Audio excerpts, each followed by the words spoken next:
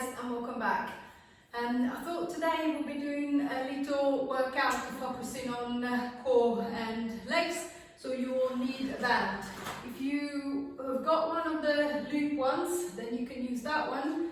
If that doesn't work, I'm just going to set mine. I'm just going to wrap it around with the knees, tight but not digging, and putting a little knot or a bow to hold it in place, and then I'm just going to take it off. So I should have the same, I should have a little loop. If the loop is a little bit too tight, once that you go to move the legs, then you can always undo it and then let it a little bit looser. So I'm going to start off lying down on the back. Setting your neutral as a lying down. The lower back is soft, so slightly raised. The hip bones and PB bone level at the top. The shoulders are down, the head is resting on the mat or on top of a towel or block if you feel that the head tilts backwards too much, so it's not in a comfortable position. Connecting through the center, I'm going to lift the right leg up into tabletop, and then connecting through the center again, I'm going to pick up the other leg too. So for those of you that can't do a double tabletop, it's too much load for the back, it's a little bit too advanced, it's too much. I can't do this. I'm just going to use the usual cheat. I'm going to bring the knees a little bit closer to the chest. So I'm going to encourage a slight posterior tilt to the lower back, getting closer to the floor. The pubic bone now higher than the hip bones. And then if I find that still doesn't work, then I'm just going to wedge something, a little towel or a block under the tailbone to maintain the posterior tilt to that slightly lifted position at the hips of the bone. So I don't need to fatigue, I don't need to strain to hold the both legs up into that starting position. I'm going to take a deep breath in, and then as I breathe out, I'm going to start extending one leg away. It doesn't matter how far, just making sure that there is no clunking, there's no pain, no catching into the hip, but more than anything, there is no arching into the back. So the weight of the leg is not pulling me forward, I'm trying to hold it into the hip. Then I'm going to ease that leg back, same thing to the left side. Coming back, and then to the other side. See if you can be aware of the range of movement and the movement of the hip joint. I want a smooth movement, so clunking, clicking is not really smooth. Where does it click? It could be a little bit of shape of the pelvis, so whatever I do, I can't get rid of the clicking noise. It could be a little bit of instability. As I take the leg a little bit too far, I'm not stable enough, and then I get that click, that clonk at the back or into the hip. See if I can make the movement smaller. Or it could be just the alignment of the leg into the hip socket. Some people tend to slightly internally rotate and extend, or externally rotate and extend. So see if I can play with the position of the leg until I feel that I've got something smooth. It's not creating strain in the hip and it's not pulling on the back. 3, 2, 1. And easing back. Hanging the knees to the chest, rocking the legs forward and back a few times, so relaxing the hips, releasing the belly, relaxing the legs. Then when you're ready, dropping the feet back down onto the mat, getting rid of the block of the towel if you're using the blocker to raise the hips. And then this time, what I want is to create a little bit more connection through the psoas, so through the hip flexor. I'm going to lift the right leg up only, and then think of finding a 90-degree angle of hip flexion. So put a sharp 90. Then from 90, I'm just going to get a little bit more than 90. As you're doing so, see if you can be aware of the movement coming from your hip joint, not from your back. So the pelvis is not posteriorly rotating, it's not tilting backwards. The lower back is not suddenly pressing into the ground. The lower back is still in neutral, it's just my hip joint that is closing a little bit more.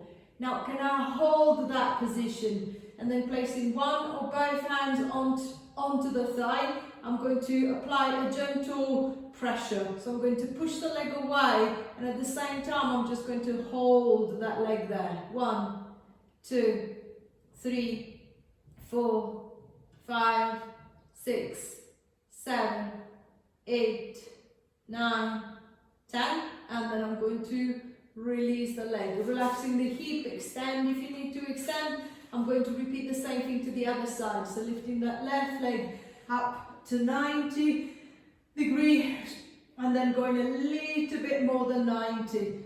So try not to work through the quads, but really trying to get into the hip flexor, into the deepest hip flexor, into your psoas muscle.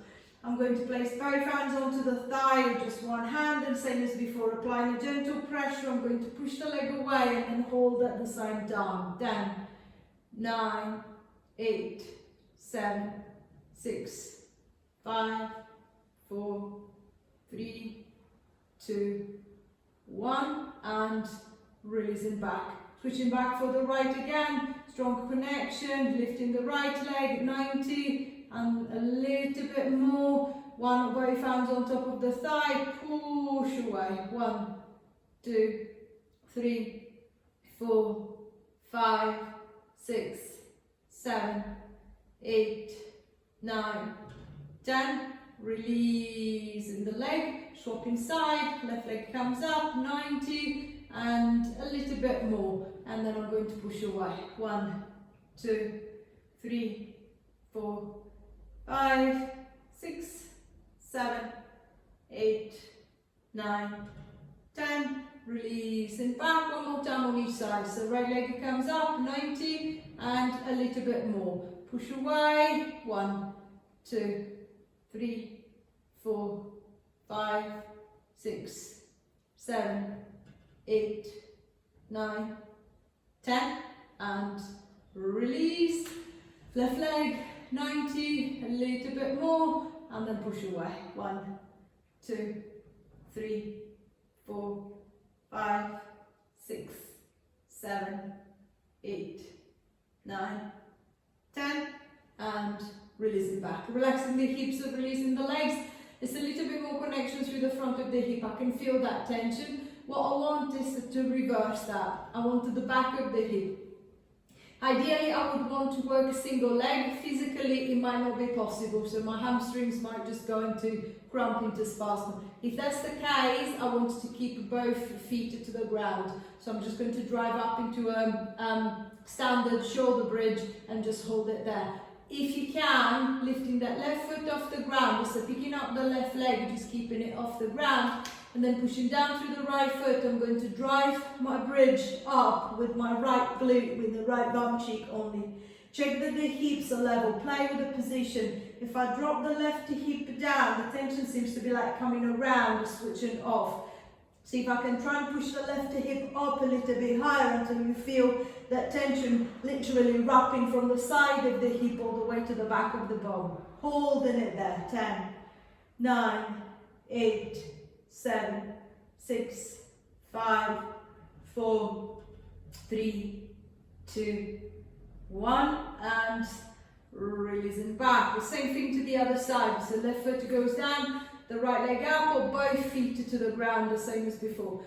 Pushing down through the feet and lifting up into the bridge, the same as before. See if I can explore the tension, finding the tension all the way around the side and the back of the bum, and then holding it steady. 10, 9, 8, 7, 6, 5, 4, 3, 2, 1, and releasing back. Remember, a crampy hamstring is normally a sign that the glutes are not doing the job. So the hamstring is compensating, that's why it's cramping up. So stick to the single leg and then just maybe try to focus your intention more on one side than the other. Trying again, so I'm going to lift up on the right, squeezing up, opening up through the right hip, leveling the pelvis. Arms are relaxed, there is no weight going into the head or into the neck. 10, 9, 8, 7, 6, 5, 4, 3, 2, 1, and release and down. Swapping the legs around, left goes down, right comes up, pushing down through the foot, lifting up, holding that lift. 1, 2, 3, 4, 5, 6, 7, 8, 9, 10. Releasing back. One more time on each side. Swapping back to the right. Pushing up. Driving through the glutes. Driving through the back of the hips. Holding. 1, 2, 3, 4, 5, 6, 7, 8, 9, 10. Easing back. Swap side, swap leg. Pushing up, driving your way up. Holding. 1, 2, 3, 4, 5, 6, 7, 8, 9, 10. And releasing back. Giving the legs a little walk, a little shake, making sure that the back of the leg doesn't feel too stiff, too tight. And then I'm going to introduce the band. So I'm going to grab a hold of my loop, whichever one you want to use. I'm going to lift both legs up, and the same as before, if I needed a little help, I'm just going to wedge the towel or the block under the tailbone, so encouraging that posterior tilt, encouraging that roundness into the back. I'm going to place the band around the feet. And then raising both legs up, I'm going to connect through the center. What I want is for the right to pull towards me and the left to push away. Then I'm going to ease back and swap. Ease back and swap. So try not to let the band snap your legs back in place. Just to see if I can control it out and control it back. Control it out and control it back. So same as you did when you were not using the band. It doesn't matter how far it goes. See if you can think of a big movement coming from both legs. So one is pulling towards the chest, one is trying to push away. Noticing the connection into the front, into the side of the belly. There is no pressure, no pain, into the back.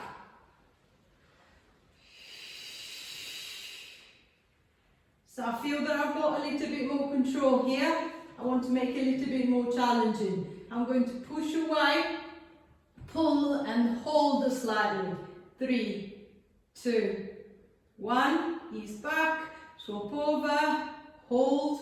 3, 2, 1. Swap, hold. 3, 2, 1. Swap and hold.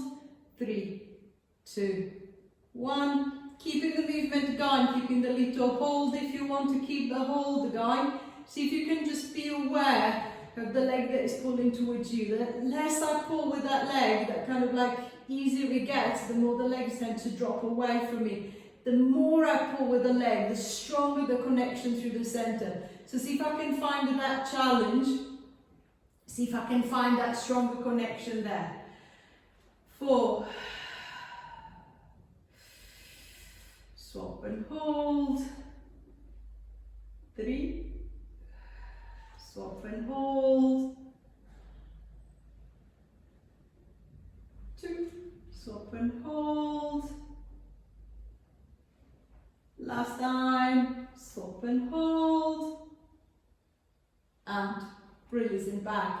Easing the tension of the band, pushing the band out of the way, extending the legs away, allowing the hips to open, the front of the belly to stretch out to relax.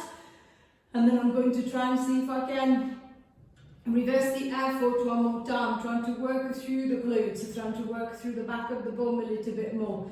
So still using the band, but I'm going to roll over onto my front. So reaching forward with the arms, tilting the chin to the chest, lifting the head, lifting the shoulders, strong through the center, all the way back up to the top.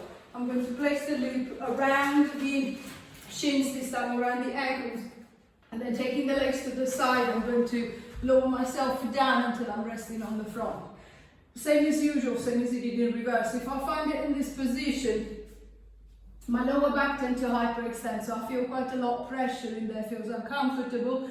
I'm just going to roll the towel or mat and then just pop it under the belly. So encouraging again that slight posterior tilt, lengthening the lower back, Just making sure that there is no pressure there. The arms are wherever you want, preferably down by the hips, so that the tendency, if I keep them here, is to grip with the shoulders to stiffen up with the neck. I want to keep the upper body relaxed. So I'm going to try and keep them down here. I'm going to take a deep breath in, and then as I breathe out, to connecting through the center, imagine the belly to scooping up and away from the ground. I'm going to reach long into the legs, and then I'm going to lift them slightly off the ground. Think of lengthening more than lifting. So what I want is for my kneecaps to pull away from the ground, so not too high. Then I'm going to ease my way back, and then again I'm going to try again. So I'm going to reach long, and then lift. Keeping a little tension into the band, so that the band doesn't slack, it doesn't flop.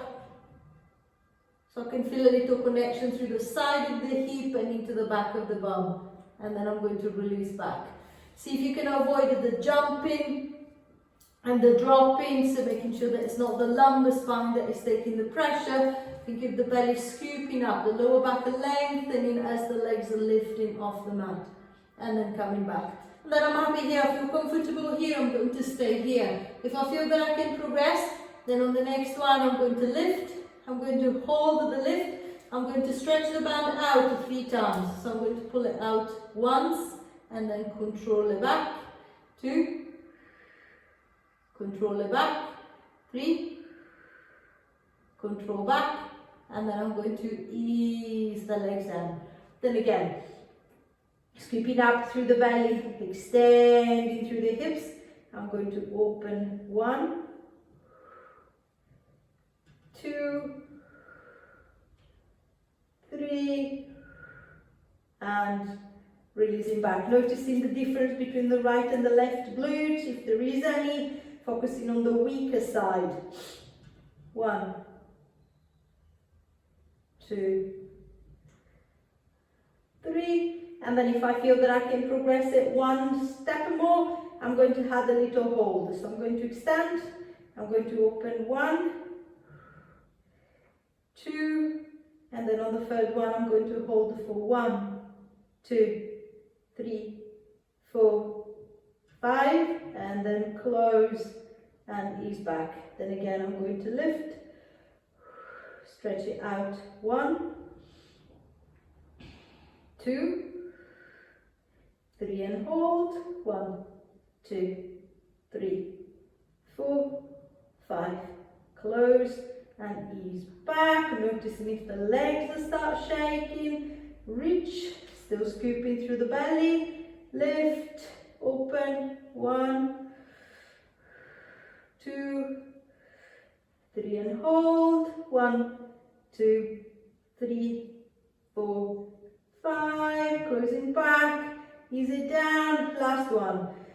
Lengthen, lift, open, 1, 2, 3, hold it, 1, 2, 3, 4, 5, and easing back. Releasing the tension from the band, slipping the loop out of the way, pushing back onto hands and knees, stretching back into shell, stretching back into child. Lengthening to the lower back, releasing through the hips, stretching through the arms and the shoulders. 5, 4, 3, 2, 1, and releasing back. Taking the legs around to the side and bringing them to the front, coming down into sitting. I hope you've enjoyed the little legs workout, legs focus. Any question, any comment, as usual, please get in touch and I'll try to get back to you as quickly as I can. Bye for now.